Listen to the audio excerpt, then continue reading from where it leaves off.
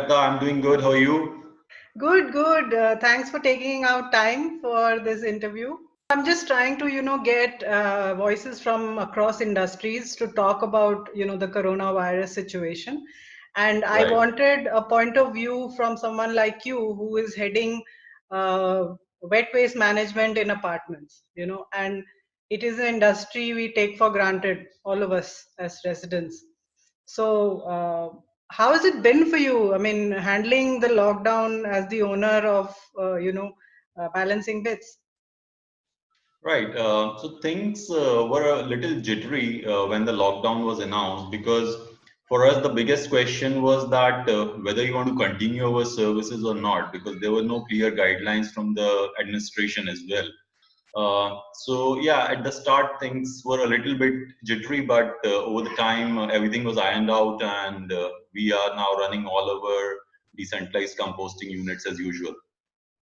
No, so considering that everybody is home right now, isn't it? So it must have increased the load as well for you. And of course, you're doing a great service to the municipality also because you don't just handle the waste, you even treat it. So how has it been with everybody being home all the time? Right, so that is the question that we answered with the help of administration. That if we do not provide our services, then the overall load on the collection and transportation system will increase and it might collapse.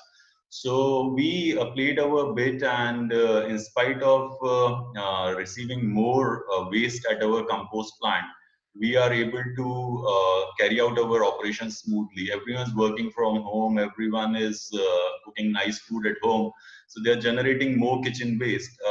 But yeah, our workers have been very cooperative in these days, and they have been doing a great job. They are our frontline workers. They are the one who has to go to these plants and work, and we are really thankful for the wonderful services that they are providing to us. Yeah, I mean, when you realize that you are an essential service, provider, how did you? What are the challenges you faced in order to stay operational? And also, how did you convince your team to continue the work? Because there is a lot of risk involved because everybody is home and the waste also has been touched by so many people in the apartment, right? Right, right. It's not So a non-living item. absolutely. So yeah, so that was something that we thought through, and that is why we were a little skeptical at the starting whether we want to start our operations back or not.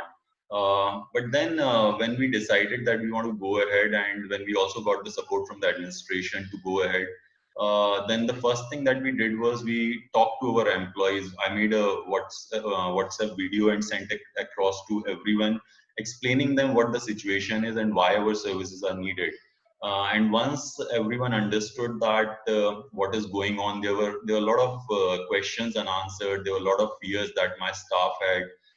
So once all those things were answered, we created a SOP and then sent it across to all our clients, where we asked them to cooperate with our employees.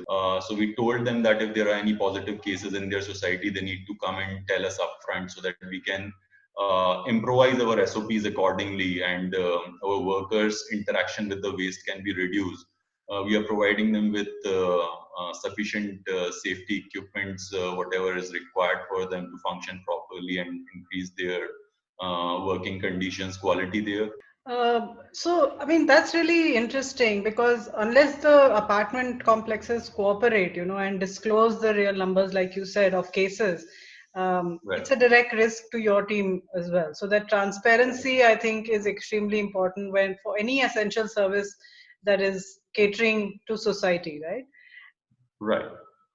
And So let me ask you in terms of your personal experience, of doing this versus in normal times. I'm sure you face challenges of segregation and all of those things in your normal days, isn't it? But right. this time around, what's different and what's interestingly different this time around?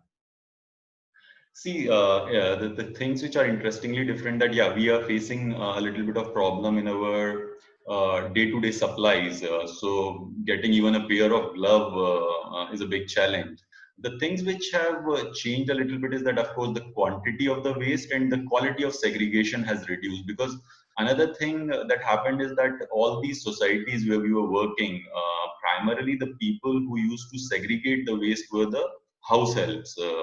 And now none of the house helps are allowed to go inside these societies. So it is the flat owners who are doing the cooking and who are segregating their waste. So it is also a learning for all these flat owners, and they get back to their RWAs and their estate office with questions about segregation.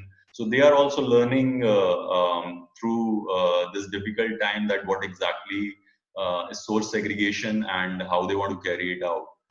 So going forward, what is your message, and what do you see as the next few things that you will do, and also what is your overall message for everybody listening?